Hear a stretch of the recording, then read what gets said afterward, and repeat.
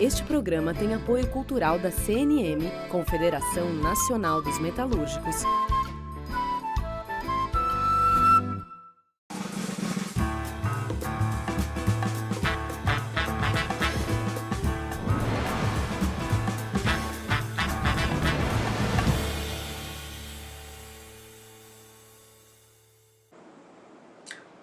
Olá, começa aqui mais um Entrevistas, com a entrevistada na casa dela, com o entrevistador na minha casa, sempre observando as orientações das autoridades da saúde.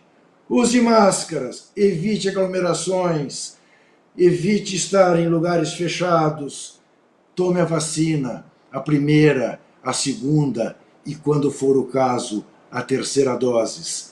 Hoje eu tenho o prazer especialíssimo em receber uma professora universitária, uma ativista dos movimentos das mulheres negras e feministas, uma mulher que foi ministra-chefe da Secretaria Especial de Políticas de Promoção da Igualdade Racial entre 2003 e 2008. Uma mulher que, na semana passada, recebeu o título de doutora honoris causa pela Universidade Federal do ABC. Eu vou conversar com a doutora, com a ministra Matilde Ribeiro, a quem agradeço por dedicar sua hora à TVT, e começo com uma pergunta, ministra, que me preocupou muito, uma notícia que eu li na semana passada sobre estudantes de uma universidade em Kansas, nos Estados Unidos, que simplesmente propunham a volta da escravidão nos Estados Unidos. Eu pergunto à senhora,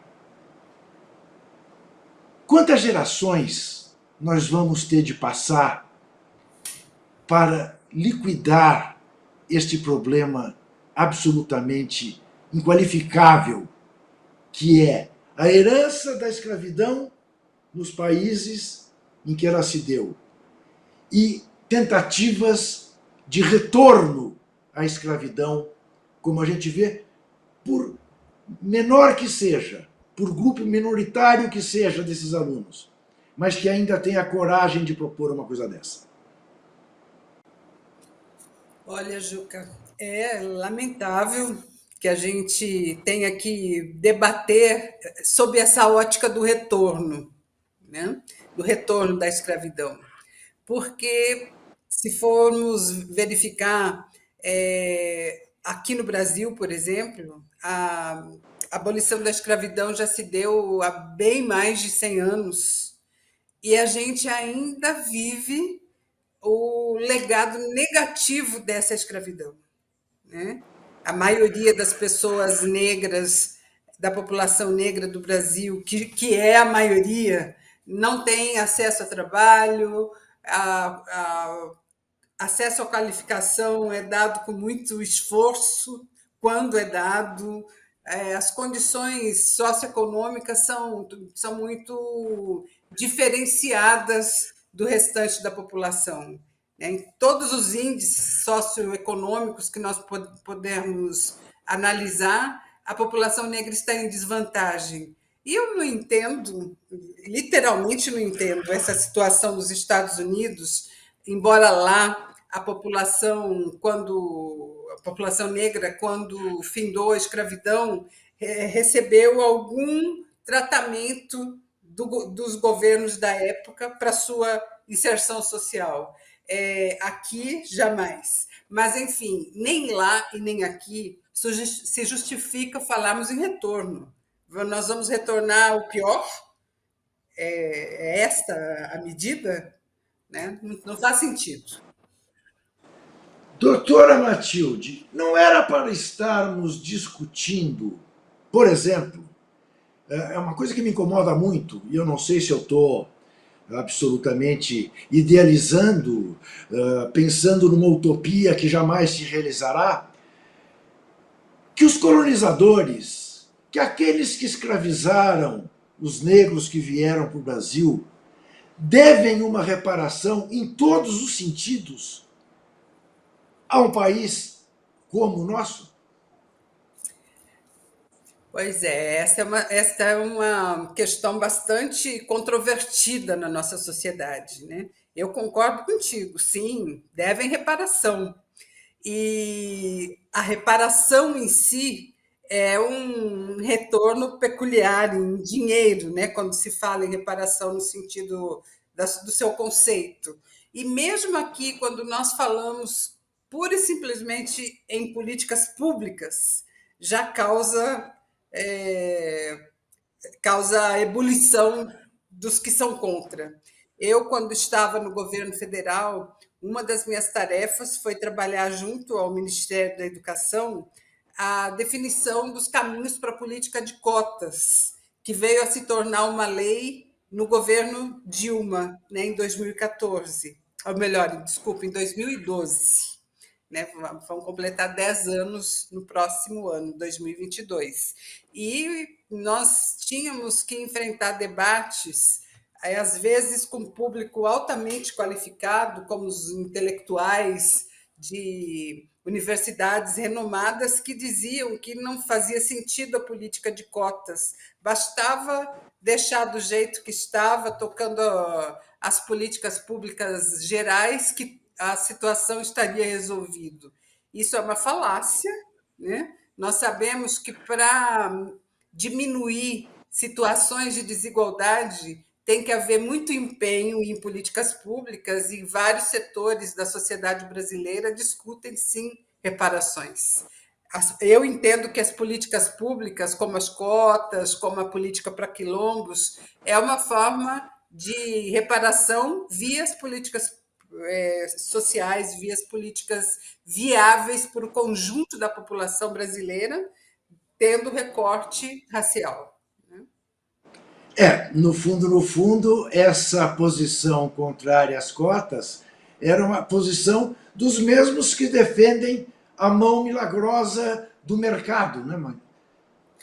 Pior que não era, Juca, infelizmente, ainda é, porque eu Tá. não sei se você tem acompanhado, mas a lei de cotas, a lei 12.711 de 2012, ela indica que 10 anos depois deverá haver uma avaliação para revisão ou mesmo para findar a lei.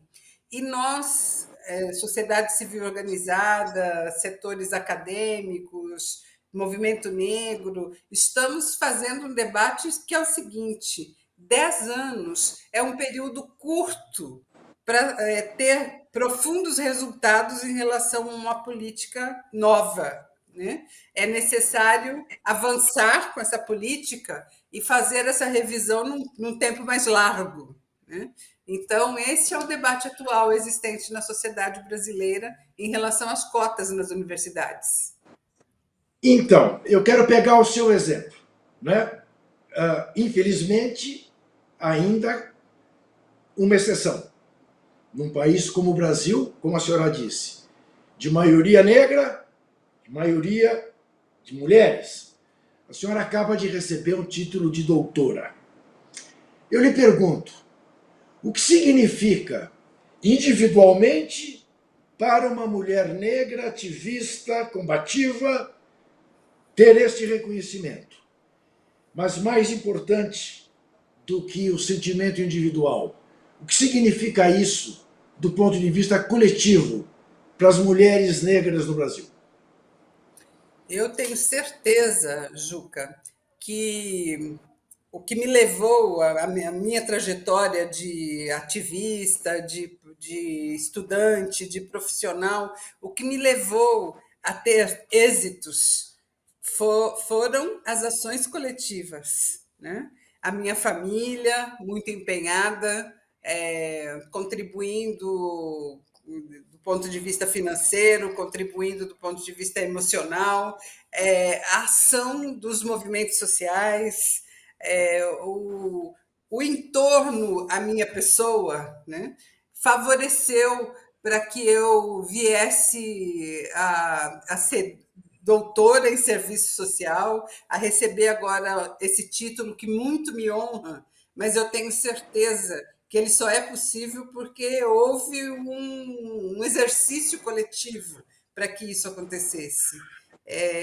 Eu fui a primeira pessoa da minha família toda a entrar na universidade nos anos 80. E com as famílias brancas isso não acontece dessa forma, né? A situação é bastante diferenciada, embora tenha muitos brancos pobres que não têm acesso também. Falando da condição A senhora, racial, né? se eu não estiver enganado, a senhora fez serviço social na Pontifícia Universidade Católica de São Paulo. Pagando caro. Provavel, provavelmente frequentou a biblioteca na Dirk Fury. Sim, com certeza. Com certeza. Eu sempre fico muito orgulhoso disso, porque é a Kfouri que honra a família, minha tia Nadir Kfouri. Eu queria Pois agora que a senhora respondesse ao sociólogo da Universidade Federal do ABC, o professor Acácio Almeida. Professora Matilde Ribeiro, a mais nova doutora honoris causa da Universidade Federal do ABC, título que reconhece as suas grandes contribuições na trajetória do nosso país, na trajetória da militância negra, na trajetória de todas e todos que desejam ver esse país transformado, e transformar significa não virar as costas para as questões raciais. Nós estamos atravessando um momento de extrema delicadeza, marcado por inúmeras violências. Essas violências são visíveis, elas não são de hoje, mas elas estão agora orquestradas de uma outra maneira. Ao mesmo tempo em que atravessamos esse momento de grandes dificuldades, marcados, como eu disse, por extremas violências, nós estamos também avistando, já para o próximo ano, a avaliação da Lei 12.711, que foi a lei que tornou possível o acesso a milhares e milhares de filhas e filhos de trabalhadoras nas universidades federais. Ao mesmo tempo, estamos comemorando os 20 anos de Durban, da grande conferência sobre racismo, sobre xenofobia. Professora, pelas suas experiências, considerando a sua trajetória e sabendo da sua capacidade excelente, fundamental para as análises políticas, eu gostaria de saber qual deve ser a pauta, na sua avaliação, qual deve ser a nossa pauta numa coalizão que junte os movimentos negros, que junte as universidades, que junte a sociedade civil como um todo, qual deve ser a nossa pauta para as questões raciais, para os avanços, para que transformemos estruturalmente esse país. Obrigado e, mais uma vez, eu a parabenizo pelo título de doutora honoris causa pela Universidade Federal do ABC. O professor Acácio é um dos ativistas que, junto com tantos outros, fazem a diferença no debate sobre a necessidade dos avanços das políticas públicas com recorte racial nesse país. Ele acabou citando o que eu já havia falado antes, né? Sobre a Lei 12.711, e também acrescentou os 20 anos da Conferência de Durban, Conferência contra o racismo, xenofobia, intolerâncias, todo tipo de discriminação. Sem dúvida, esta conferência que aconteceu em 2001, ela, em âmbito global, ela foi muito motivadora para o que veio acontecer aqui no Brasil de 2001 em diante, começando com o governo Fernando Henrique Cardoso, e depois vem o presidente Lula e traz muitas novidades no que diz respeito às políticas de igualdade racial, como a lei que obriga, a Lei 10.639, que obriga o ensino da história e cultura afro-brasileira e africana em todo o território nacional. Trabalhamos a elaboração da Lei 12.711, que só veio se concretizar no governo da presidenta Dilma, e política para quilombos, política de saúde para a população negra, a própria criação da CEPIR, da Secretaria Especial de Políticas de Promoção da Igualdade Racial, que foi o órgão que eu coordenei como ministra, foram novidades no cenário nacional, não em relação às demandas, porque as demandas eram históricas, mas em relação ao seu formato e a priorização da ação junto com as demais políticas públicas necessárias para a população como um todo. O professor Acácio anuncia também a importância do trabalho de uma coalizão, de um conjunto das forças dos movimentos sociais e das instituições da sociedade civil brasileira, e eu acrescento, na relação com os governos federais. Aliás, com o governo federal, desculpe, e os governos estaduais e municipais. Infelizmente, nós estamos passando um momento muito difícil, né? Quando se fala de políticas públicas. Nós estamos vivendo perdas assim, não dá nem para dimensionar o seu tamanho, né? Mas perdas muito graves no que diz respeito à conquista de direitos nesse país, né? E nós temos que, sem dúvida, não baixar a guarda, né? Nós temos que continuar o nosso processo organizativo, o nosso processo de luta e continuar exigindo do Estado, exigindo dos governos o atendimento direto e continuado a essas populações que vivem discriminações históricas, como a população negra, a indígena, as mulheres e assim por diante. Obrigado pela pergunta, professora Cássio. Ministra Matilde Ribeiro, nós é que agradecemos. Vamos fazer um rapidíssimo intervalo e voltaremos em seguida.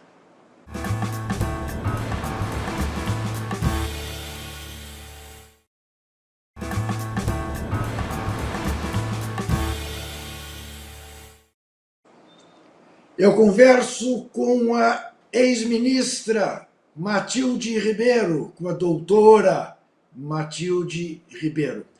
E quero ouvi-la sobre um tema muitíssimo delicado.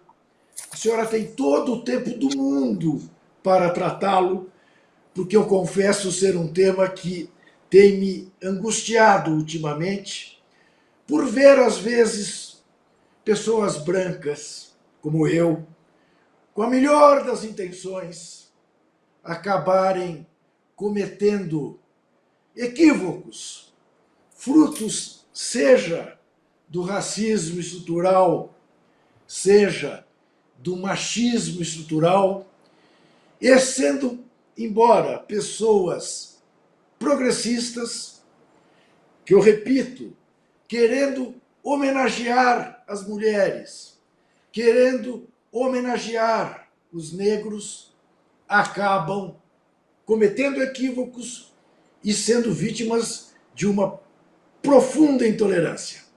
Compreensível para quem sofre na pele os preconceitos. Mas eu gostaria de ouvi-la, com a sua sabedoria, com a sua experiência, como é que a senhora olha para esse fenômeno que tem sido tão frequente? Os exemplos são inúmeros e cotidianos, né? Eu me lembro, Juca, de uma situação quando eu era ministra, mas acontece também no meu cotidiano hoje, como professora, como cidadã. Eu fui visitar um dos principais jornais do Brasil, eu vou citar o nome, eu fui visitar a Folha de São Paulo e conversei por 1 hora e tanto com o senhor Otávio Frias, já falecido, né? E depois de muitas conversas, eu falando da secretaria, do que íamos fazer, naquela época estávamos organizando a primeira Conferência Nacional de Promoção da Igualdade Racial. E a conversa fluiu, foi boa a conversa. Ele me fez perguntas instigantes, tal, mas no final do nosso diálogo, quando eu já estava me despedindo, ele me olhou muito fortemente nos olhos, apertou a minha mão e perguntou assim para mim: onde foi que você aprendeu a falar tão bem assim? Quer dizer, valeu pouco a conversa, né?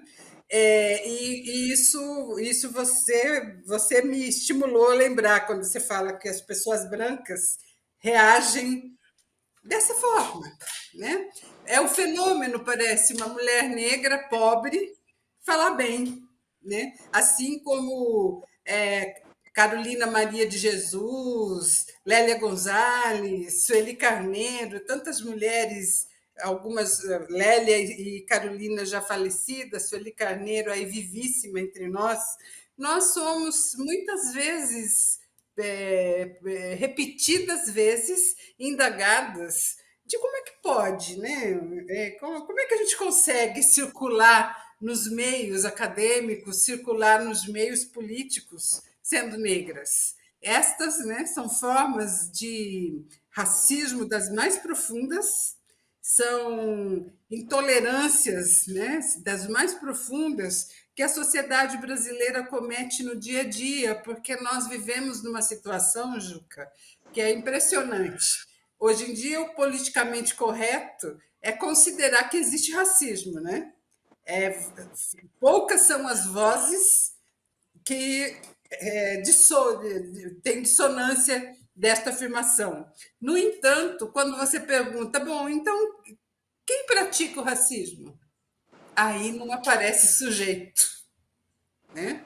Não aparece o lado que exercita, né? Porque se tem uma negritude e uma população submetida ao racismo, de outro lado tem uma população que promove, né?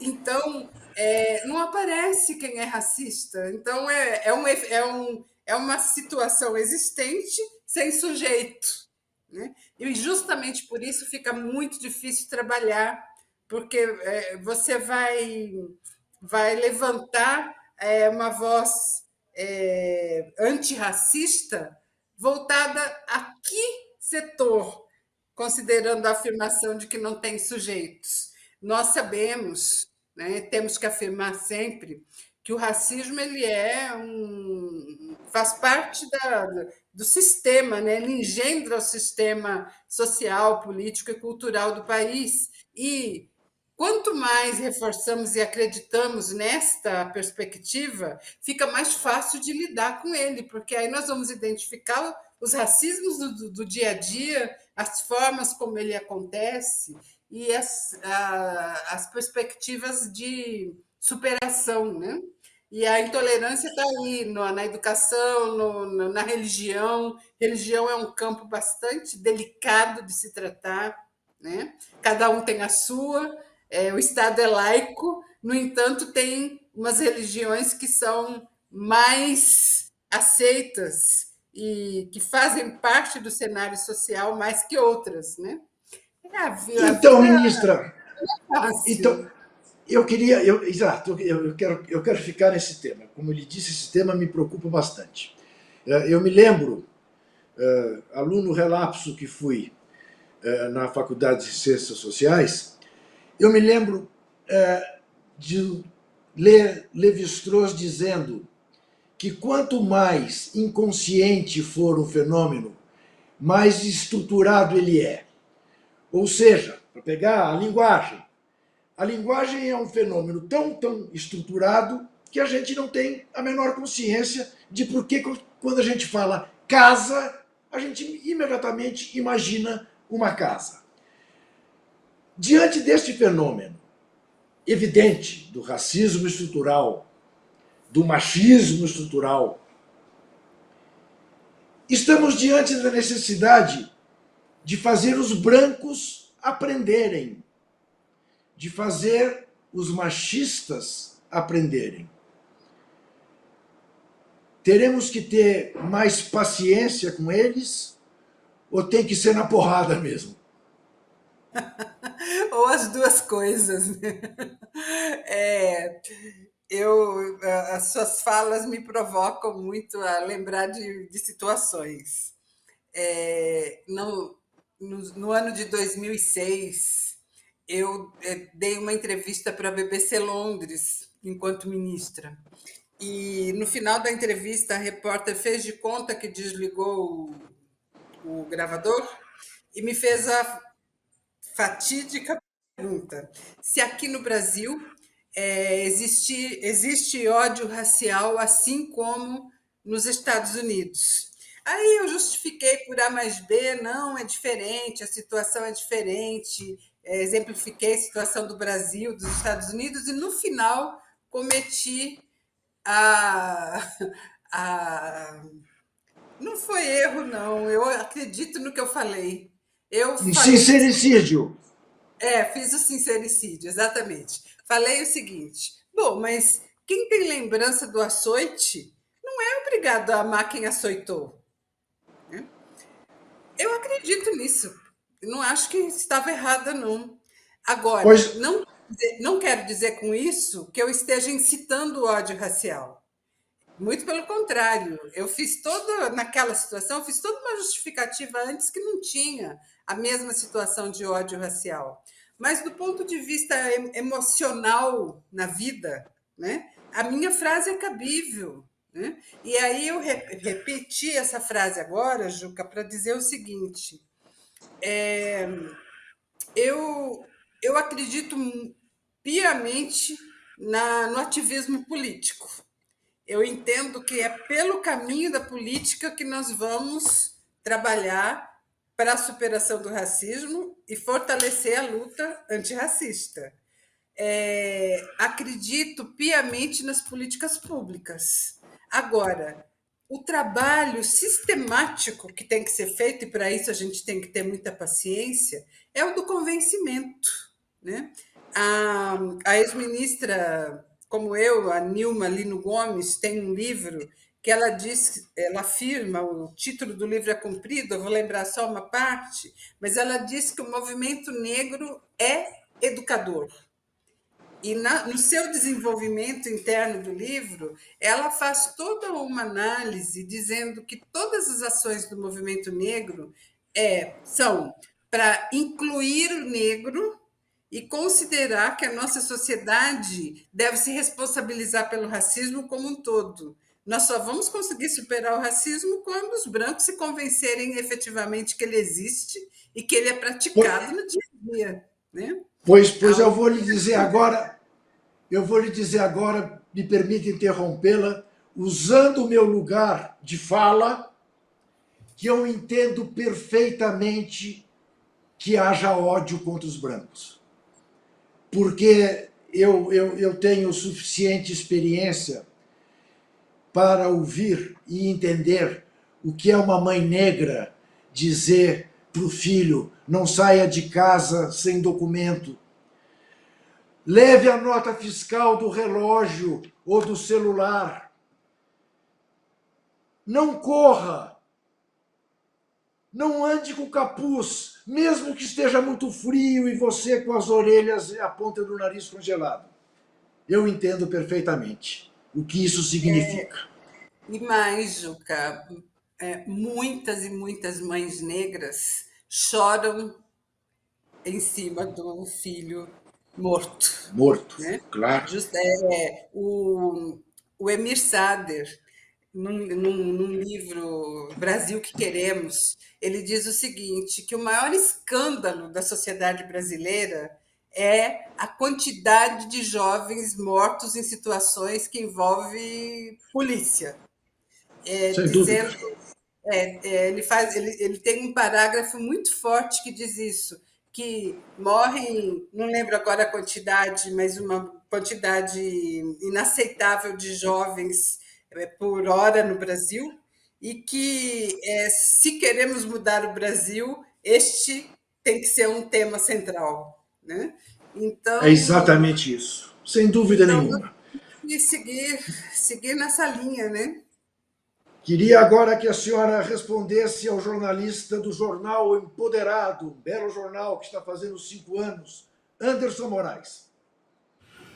Olá, Juca Kfouri, obrigado pela oportunidade, TVT, Juca. Eu sou o Anderson Moraes, do Jornal Empoderado, que é um jornal que há 5 anos dá voz aos invisíveis, em especial à população negra e periférica.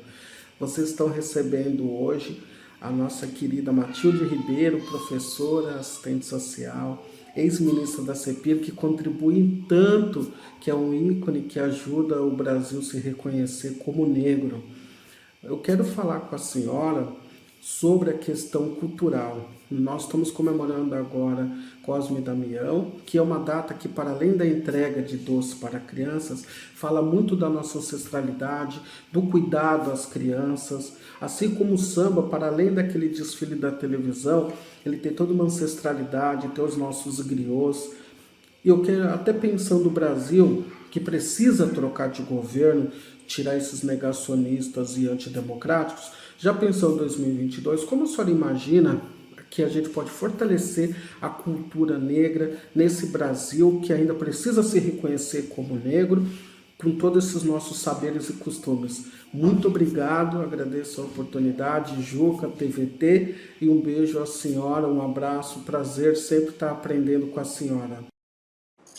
Obrigada. O samba ele citou, né? Eu lembrei de Sorriso Negro, cantado por Ivone Lara. Ivone Lara, de uma história de muita dignidade, né? Que diz que o sorriso negro é a raiz da liberdade, né? Então, nós temos a cultura brasileira, ela é permeada por esta resistência, mais do que isso, pela resiliência da população negra, né? E muitas das dores são cantadas em samba, e as pessoas muitas vezes cantam, dançam sem analisar a letra, né? Sem analisar o significado da mensagem. E muitas das mensagens dos sambas, como este que eu lembrei, de Dona Ivone Lara, retratam a eterna luta por liberdade, direitos e pela vida com igualdade.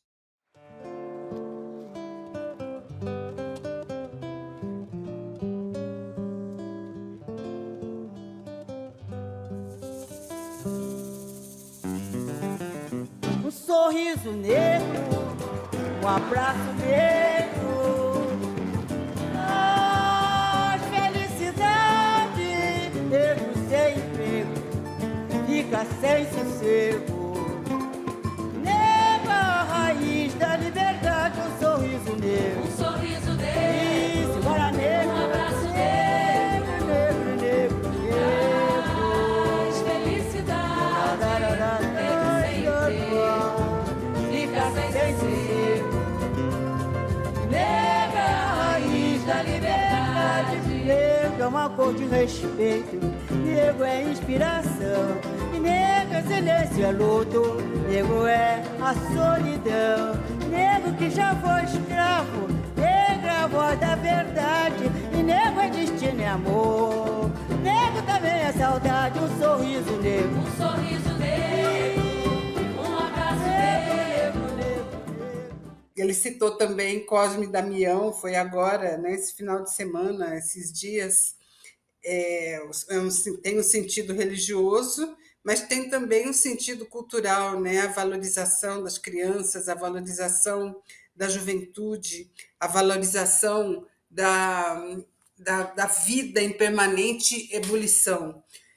Não tenho dúvida nenhuma, a cultura brasileira, ela tem muito de negro e tem muito de tolerância. Você falou de intolerância, agora eu vou falar de tolerância, né? Nós, pela população negra, somos muito tolerantes com o Brasil, porque perguntam a gente por que vocês riem, né?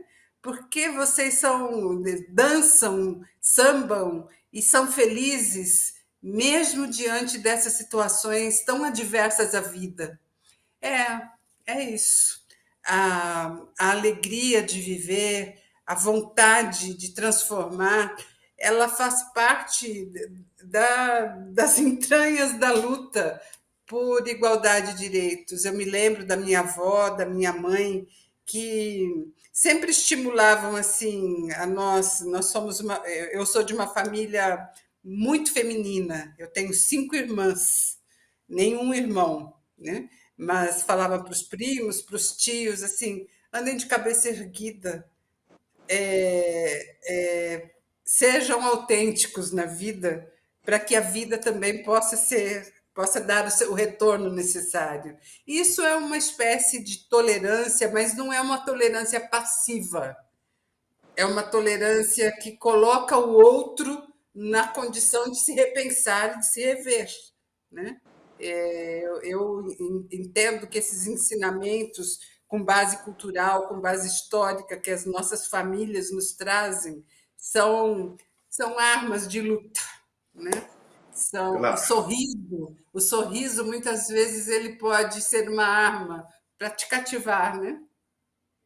Eu gosto sempre de lembrar, doutora Matilde, uma coisa que as pessoas, em regra, se esquecem e não têm consciência.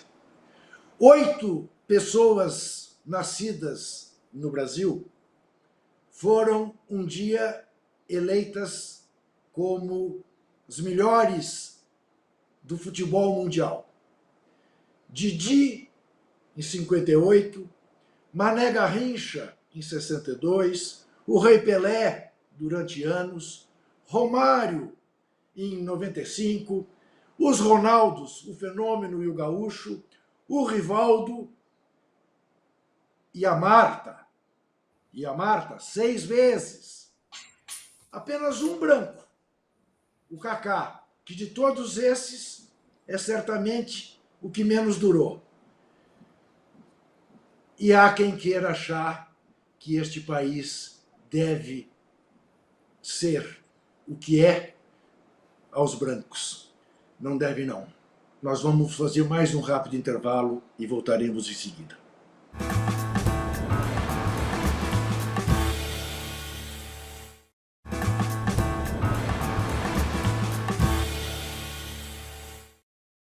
Converso com a ex-ministra, com a doutora Matilde Ribeiro, e começo esse bloco com uma pergunta da presidenta do Sindicato dos Bancários de São Paulo, Ivone Silva. Olá, Juca. Olá, Matilde. Um prazer vir aqui novamente no programa. Matilde, gostaria de fazer a seguinte pergunta para você. Você, como ministra, né, da Igualdade Racial no governo Lula, né, se hoje, né, você estivesse lá atrás, né, e a gente já sabendo um pouco tudo o que aconteceu, o que você teria mudado na política, né, racial daquele momento? Que eu sei que nós fizemos muitas políticas, né, mas também deixamos muita coisa ainda por fazer. O que você acha que era essencial, que não foi feito, né, durante aquele período e que hoje nos ajudaríamos muito a estar em outro patamar na questão da igualdade racial? E principalmente as mulheres negras, né, que nós sabemos aí na sociedade que são as que estão lá embaixo na pirâmide, que ganham ainda menos, e com essa crise toda que nós estamos vendo no país, são as mais prejudicadas. Eita, Ivone, que coisa instigante.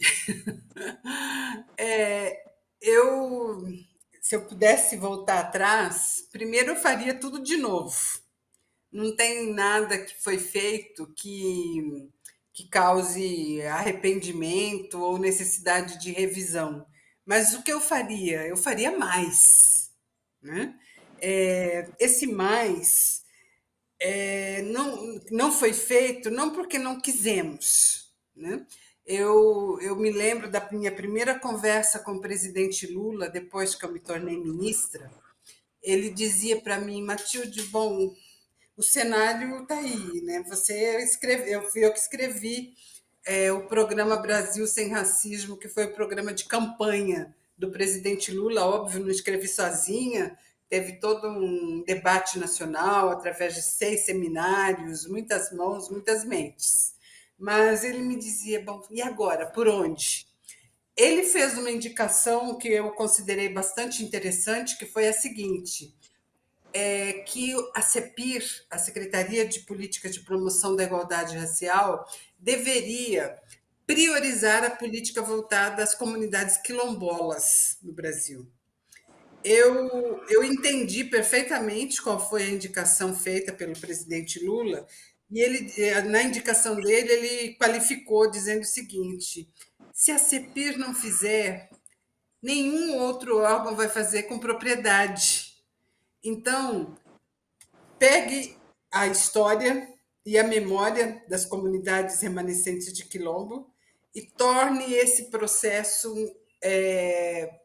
grandioso enquanto política pública. Foi essa a opção. Óbvio que a opção poderia ter sido outras, porque a lista, né, a lista de demandas históricas do movimento negro é quilométrica, né? Desde 1950, de 50 para 60, que os intelectuais, os políticos denunciam. Eu me lembrei agora de Florestan Fernandes, né, no estudo que ele fez nos anos 50, que ele dizia que cabia ao Estado brasileiro ter políticas de promoção, não com esse termo, ele dizia, o termo era outro, mas cabia à sociedade brasileira ter políticas de promoção da igualdade racial. Então, as denúncias vêm de muito tempo, e as demandas também quilométricas. Trabalho, moradia, transporte, saúde, acesso a bens e serviços, acesso à educação com qualidade, cabe tudo, cabe falar da promoção da igualdade racial em qualquer área da política pública. Na época, tinha negociação com o ministro da Fazenda, com o ministro do Desenvolvimento Agrário, com o ministro das comunicações, enfim, cabe falar e tratar das políticas de promoção da igualdade racial em todas as áreas da vida brasileira. Então, eu colocaria o seguinte: o não feito não foi por não desejo, mas porque o tempo foi curto. Você não pode querer que em 4, 8, 12, 16 anos um governo ou governos deem conta de sequelas históricas de mais de 500 anos. Né? Não dá para atender a tudo na mesma proporção e no mesmo tempo. Então, eu entendo que o Estado e governos têm que ser cada vez mais democráticos, cada vez mais inclusivos e ter políticas continuadas para ir tratando desses, entre aspas, esquecimentos históricos de maneira continuada. Ivone, eu penso assim e acredito que esse deveria ser o pensamento de todo e qualquer governo. Nós éramos felizes e sabíamos. Voltaremos a ser, tomara. Está nas nossas mãos. Doutora Matilde, nós já estamos chegando na metade do último bloco e eu não posso entrevistá-la sem tocar na Unilab. Eu gostaria muito que a senhora falasse um pouco para o público da TVT sobre o que é a Universidade da Integração Internacional da Lusofonia Afro-Brasileira. Pois é, Juca, a Unilab ela existe há 11 anos, completou 11 anos agora, e eu estou lá há 7. Devo dizer que escolhi estar lá. Eu fiz concurso público, como todo e qualquer professor, professora que está na Unilab, mas fiz com a intenção de passar. Me preparei para passar, escolhi estar lá em função da sua missão, que é diferenciada da maioria das universidades no Brasil. Atualmente, eu moro em Fortaleza e dou aula em Redenção, no primeiro campus construído. Depois foi construído, está em construção ainda, o campus em São Francisco do Conde, na Bahia, que eu comecei pela Bahia e agora estou em Redenção. A Unilab é uma universidade que tem por missão a educação superior de qualidade, tem 24 cursos, né, nas áreas de humanas, exatas, biomédicas, encampando aí vários setores do campo da ciência. Mas, além da educação pública e de qualidade, ela tem a missão que é receber alunos africanos dos países de língua portuguesa, que são Angola, Cabo Verde, Guiné-Bissau, Moçambique e São Tomé e Príncipe. Também tem, além da África, tem Timor-Leste, na Ásia, e tem também núcleos de língua portuguesa na Índia, na China, enfim, mesmo Portugal, né? São 8 os países até que têm como língua oficial o português. Então, mas a maior intensidade, a maior densidade que nós recebemos são dos africanos. O investimento maior é voltado para o continente africano. Juca, esses jovens, assim como os nossos jovens brasileiros, eles são selecionados pelo recorte de renda, né?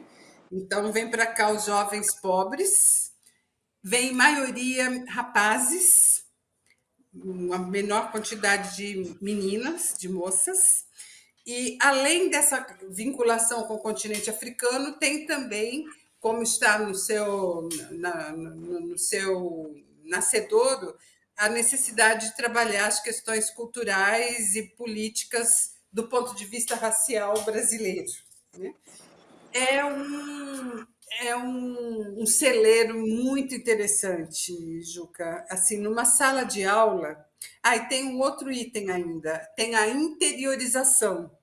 Tanto na Bahia quanto no Ceará, a universidade está a 2 horas da capital. Aqui, para nós, nos grandes centros, hoje eu estou em São Paulo, né? Minha família é daqui, eu sou daqui.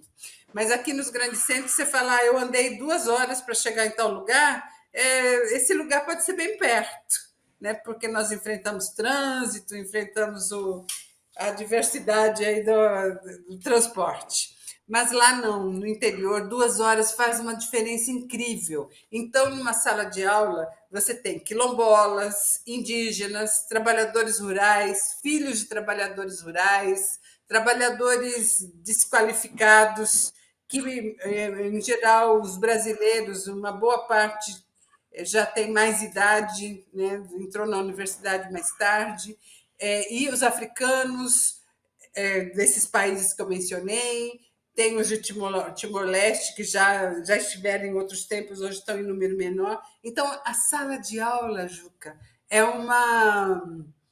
de uma diversidade, homens, mulheres, né? Transsexuais. A sala de aula é de uma diversidade que eu não encontro aqui nos grandes centros, justamente por essa missão da Unilab. Quem quer pretas e pretos, pobres, indígenas, quilombolas, africanas e africanos no ensino superior? Porque você sabe que a ingressão numa universidade federal não é tão simples e a permanência é mais complicada ainda. Mas eu sou a primeira da família. A universidade tenta dar a voz à pessoa que não tinha voz antes e deixar o outro contar a história por ele mesmo e não seja contado por outra pessoa. Eu tenho contato com 5 nacionalidades do países africanos, né, que é Guiné-Bissau, São Tomé e Príncipe, Cabo Verde, Moçambique e Angola. Quando eu cheguei aqui, que eu tive a oportunidade de conhecer a história da África, porque lá os currículos quase desses 5 países se dá enfoque mais na história europeia, história da América do Norte. Então, a troca e o aprendizado, eu me emociono por falar nisso, porque cada aula é um flash, sabe? Eu ensino, mas também aprendo muito.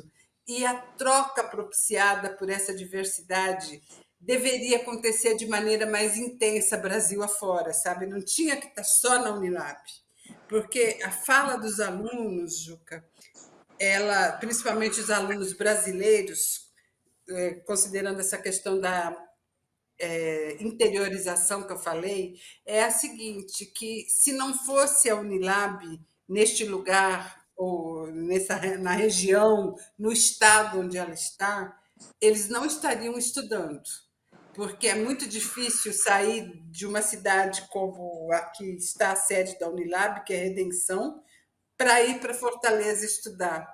Nós, professores que vamos dar aula na Unilab, nós temos uma vida que é assim, nós damos aula à noite, então eu vou de ônibus, transporte comum, mas para voltar para Fortaleza eu dependo de carona, porque não tem transporte para voltar. Então, se a minha vida é assim, imagine a vida de imensidões de alunos, né? Então, e quem é que mantém a Unilab, doutora? Ela é federal. Quem mantém é o governo federal, né? E justamente por isso ela está em crise. Isso que eu ia perguntar. Porque pela visão do governo atual, ações afirmativas como esta, que é trazer o pagamento da dívida histórica com a África, é trazer os africanos em condição de cidadãos, né? E também promover a cidadania para os jovens brasileiros nessa diversidade que eu falei. Isso não está no escopo do atual governo federal. Então, nós professores e gestores da Unilab, na sua grande maioria, lutamos para a manutenção dessa universidade e para a conexão com as outras áreas da política pública inclusiva no país. Então, agora, nessa pandemia, por exemplo, é muito preocupante a situação dos estudantes, sobretudo dos estudantes estrangeiros, em sua maioria africanos, porque eles ficaram na deriva, né? Sem família, sem a universidade, que é o espaço de socialização primeiro para eles, sem o restaurante universitário. É complicado pensar a situação de vulnerabilidade que esses alunos estão passando na pandemia. Claro que os estudantes do Brasil todo, que dependem dos benefícios estudantis, estão passando situação de aperto, mas eu estou falando desses em especial, dos estrangeiros que sem o acesso ao campus e sem o acesso ao restaurante universitário, eles tiveram que se virar nos 30, né? Estão se virando conforme dá. Então, assim, a volta às aulas, depois desse processo longo de recesso e de isolamento social, torna-se muito importante. E essa universidade, ela tem que ser fortalecida, tem que ser garantida como necessária para o Brasil e para esse pagamento de dívida histórica que ela representa. É muito importante, é um projeto muito bonito. Eu queria terminar na verdade, essa aula que a senhora nos deu, lhe fazendo uma pergunta que vale milhões e milhões. Quando derem vez ao morro, o que vai acontecer nesse país, doutora Matilde? Olha, a esperança está nesta luta contínua, né? Considerando a minha liberdade de expressão, eu vou aqui reforçar o convite para o ato de 2 de outubro. Nós não podemos, não devemos continuar garantindo que um governo fascista, um governo nada colaborativo com a vida, continue. Então, eu acredito muito na nosso empenho, na nossa luta para o processo eleitoral de 2022, querendo mudança efetiva, e acredito muito também nas diversas lutas dos movimentos sociais brasileiros, junto com instituições e pessoas conscientes da necessidade de inclusão, que a gente possa voltar a sonhar, voltar a exercer a capacidade de ter políticas públicas inclusivas nesse país. Entendo que, de qualquer lugar que nós estejamos, hoje eu estou professora, sou e gosto muito disso, no exercício como professora é possível somar-se a esse processo de luta bastante necessário nesse momento da realidade brasileira. Então, eu digo a nós brasileiros, onde quer que estejamos, sejamos facilitadores da vida, né? Impulsionemos mudança, é necessário. Doutora Matilde Ribeiro, muitíssimo obrigado por essa entrevista, por essa verdadeira aula que a senhora nos deu. Eu quero dizer a você que nos vê e que sabe que quinta-feira que vem estaremos aqui de volta às 9h30 da noite na TVT de São Paulo, canal 44.1, na TVE da Bahia, às terças-feiras às 9h30, no YouTube a qualquer hora, que você nos vê pela primeira vez nesta quinta, que no sábado todos devemos ir à rua. Eu irei pela primeira vez desde o começo da pandemia. Lá estarei representando a Associação Brasileira de Imprensa, da qual faço parte, o Movimento Esportistas pela Democracia, do qual faço parte, o Movimento Direito Já, que é um dos coordenadores das manifestações do dia 2. Tenho certeza que falo em nome também da direção da TVT. É hora de ir para a rua, é hora de dizer fora Bolsonaro e é hora de dizer sempre que desesperar jamais.